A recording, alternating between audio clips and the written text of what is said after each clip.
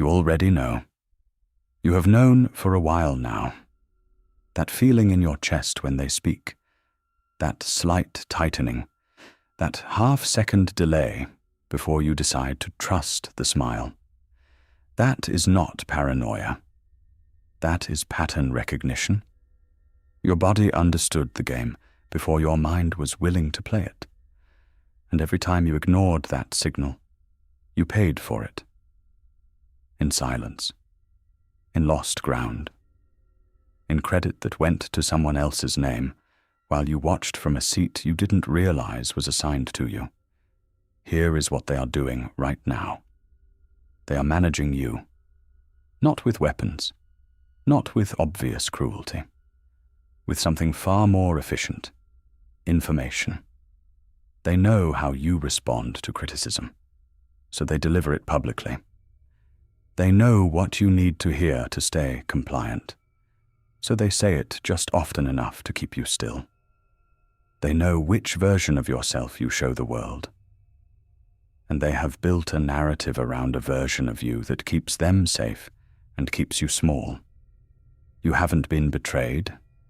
You have been managed. And there is a difference, because betrayal implies surprise. What is happening to you has been a strategy from the start. Most people, when they finally see it, do one of three things. They confront, they collapse, or they perform some elaborate act of public dignity that changes nothing and costs everything. None of these work. Not because the intent is wrong, but because the reaction is exactly what the dirty player needs.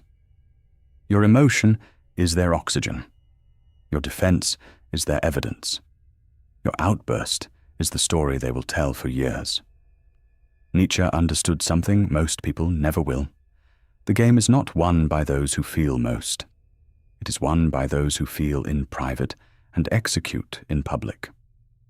What follows is not a philosophy of revenge. It is a philosophy of reconstruction. 10 moves drawn from the coldest strategic minds in history, designed to turn you into something the dirty player never anticipated, someone they cannot read, cannot use, and cannot stop. Trick number 1. Become unreadable. The dirty player depends on your consistency. They have built a detailed psychological profile of you. Your triggers, your vanities, your blind spots, the specific words that make you defensive, the praise that makes you lower your guard. This profile is their weapon. Every emotional reaction you have given them has been logged. The moment you cried, the moment you got angry, the moment you deflated, all of it. And they return to those wells whenever they need you compliant. The counter move is deceptively simple.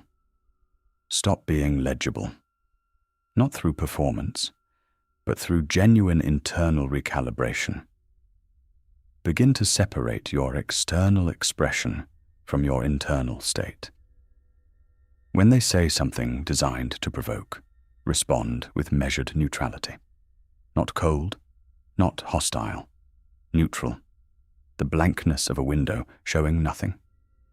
What happens to a predator when the prey stops signaling? It loses its orientation. It overextends. It makes mistakes. Emotional invisibility is not weakness. It is the beginning of armor. The person they thought they knew is gone, and they don't know what they are dealing with now. Trick number 2, let them overplay.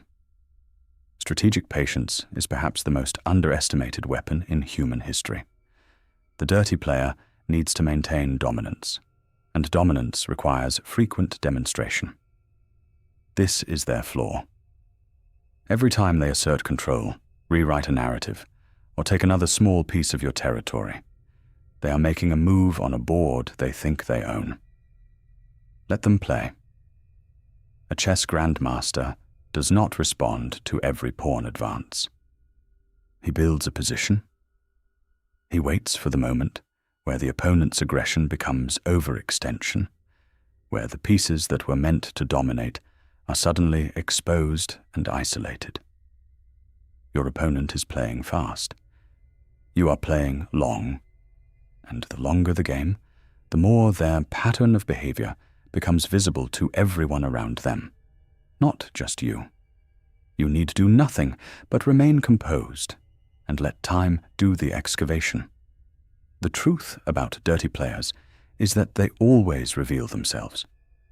Not to the person they're targeting, they are careful there, but to the neutral observer, the patient witness. Be the patient witness. Be the one still standing when the pattern finally shows. Trick number 3, mirror and withdraw. Here is something counterintuitive.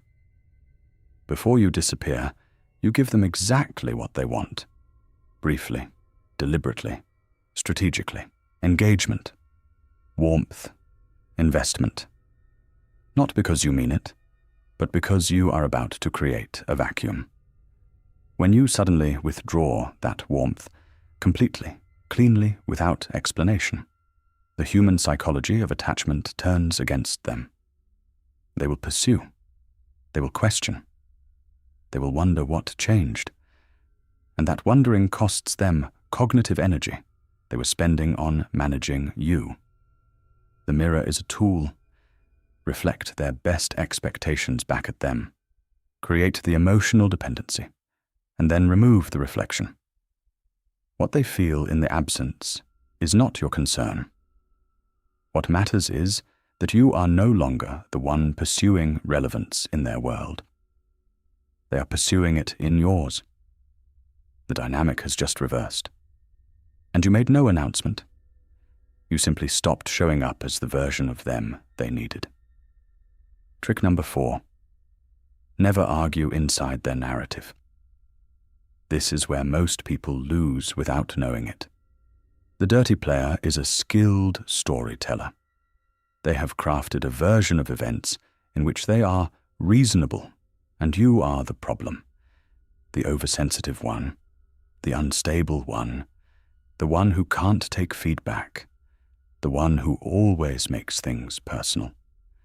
When you argue against this story, you are accepting the terms of the argument. You are stepping into their frame. And once you are inside the frame, you cannot win because they built it and they control the exits. Frame control means refusing to accept the premise. It means responding not to the content of their accusation, but to the structure of the conversation itself. That's an interesting version of events, is more powerful than 1,000 defenses. You are not engaging with the story. You are declining to be a character in it. Nietzsche's princes did not defend themselves from every slander. They built such thorough proof of competence that the slander collapsed under its own weight. Your behavior is the counter-narrative. Your results are the refutation. Stop arguing and start building something undeniable. Trick number 5. Use silence as dominance. Every conversation has a power architecture, and most people surrender it the moment they open their mouths. The urge to explain, to justify, to fill silence with words. This is the instinct of someone who believes their safety lies in being understood. It doesn't. Your safety lies in being unknown. Silence, deployed with stillness and eye contact, communicates something the most eloquent speech cannot, that you require nothing from this person, that you are not nervous, that you have already processed this situation from a vantage point they don't have access to. A lion does not negotiate with insects. It exists in a state of such fundamental confidence in its own position that noise simply does not register as threat. Begin practicing the radical act of saying less than you think you should. Watch what the other person does. Watch how quickly silence becomes pressure, and how that pressure always lands on the person with something to prove.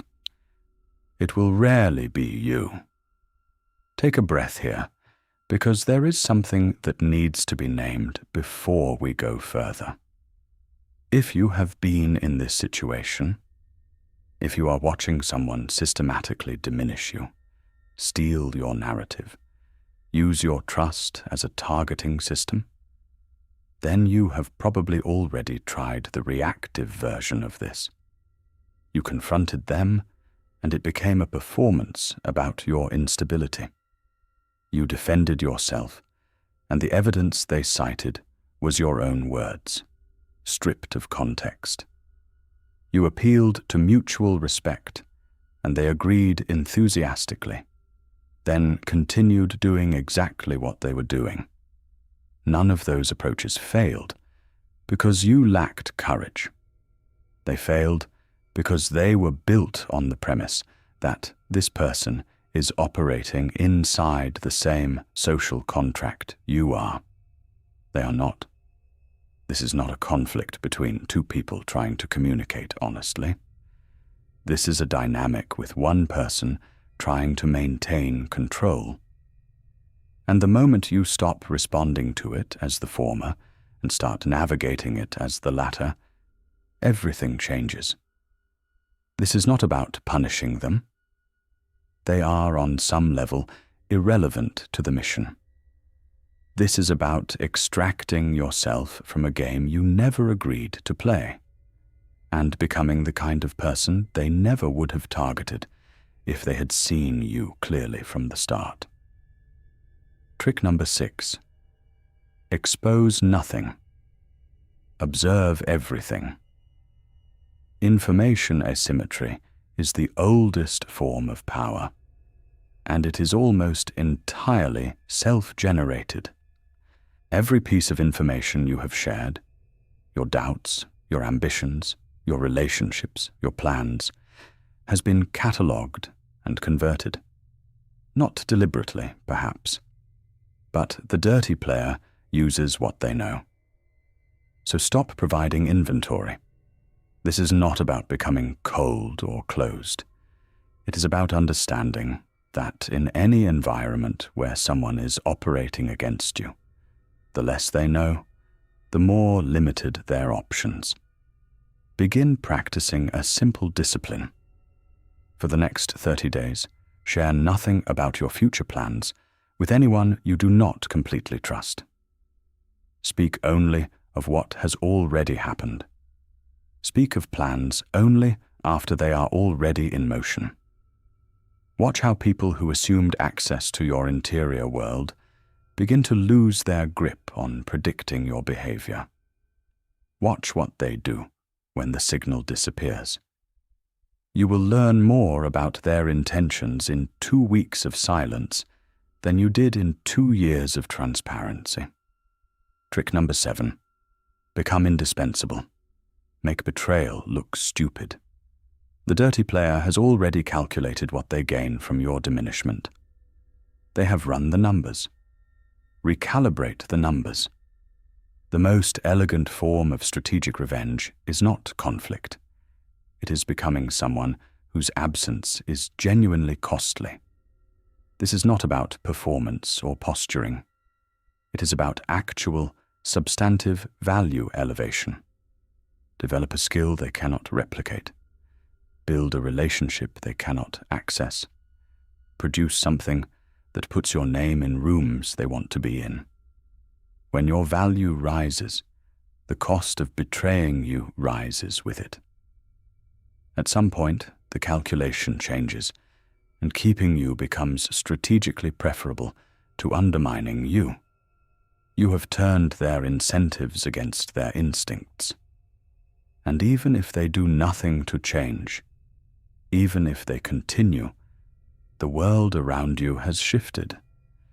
You are operating at a different altitude now. Their ceiling becomes a floor you've already passed through. Trick number 8. Break the mental model they built of you. They have you mapped. They know the version of you that shows up to every meeting, every conversation, every conflict.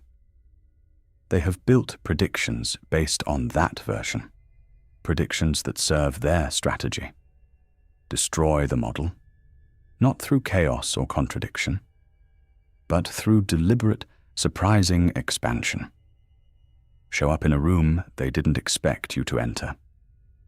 Demonstrate competence in an area they had categorized you as weak. Respond to their provocation with sudden, unexpected warmth. Then return to neutrality before they understand what happened. Strategic unpredictability is not the same as instability. It is the refusal to be a character in someone else's script. The moment they cannot predict you, they cannot use you. The moment they cannot use you, the architecture they built around your presence begins to crack. You are no longer the piece they thought they were moving. You are the hand.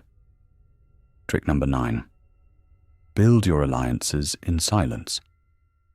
Here is what the dirty player never anticipates: that you have been busy.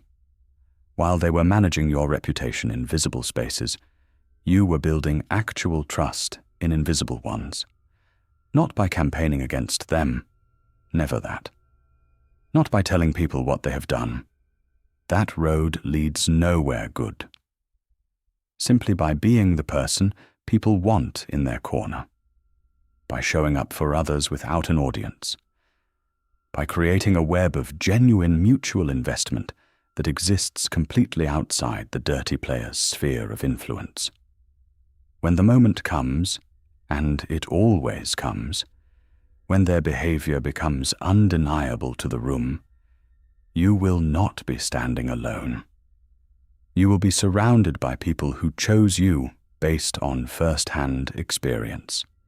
And the dirty player will look around and realize they have been building sandcastles while you were building stone.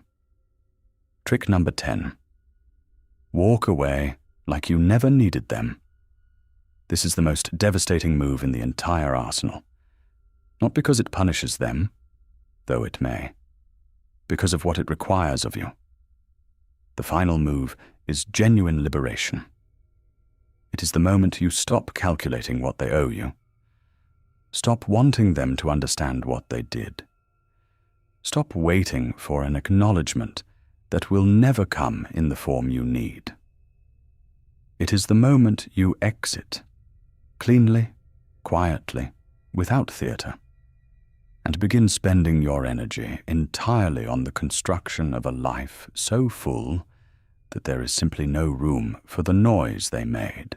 The dirty player's final weapon is your need for justice from them specifically. Deny them that weapon, not through suppression, not through bitterness, through actual reorientation toward something worth building. Indifference is not the same as giving up. It is the specific indifference of someone who finally understands where the exits are and chooses to use one, not in anger, but in clarity. This is the part they never recover from. Not your anger, not your public statement, your absence, the version of you that no longer registers their existence as relevant. Here is what you have now. 10 tools. Not philosophy, tools. Each one sharper than the last. Each one grounded in the same foundational truth. Power is not a personality type. It is not a privilege of the naturally dominant or the emotionally cold.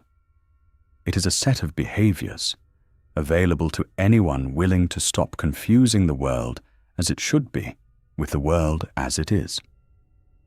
The person who uses these tools is not a victim becoming a villain.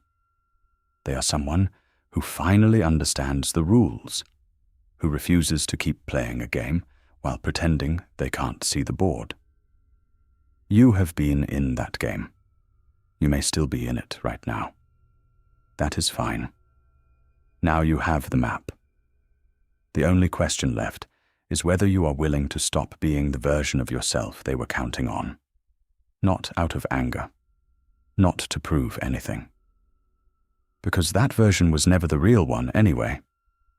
The real one has been waiting just behind the reaction, just past the defense, just on the other side of the decision, to stop performing for an audience that was never on your side.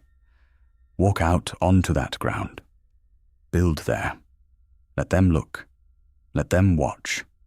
And let them spend the rest of their strategic lives trying to figure out what changed, while you stop thinking about them at all. That is the end game. That is the win.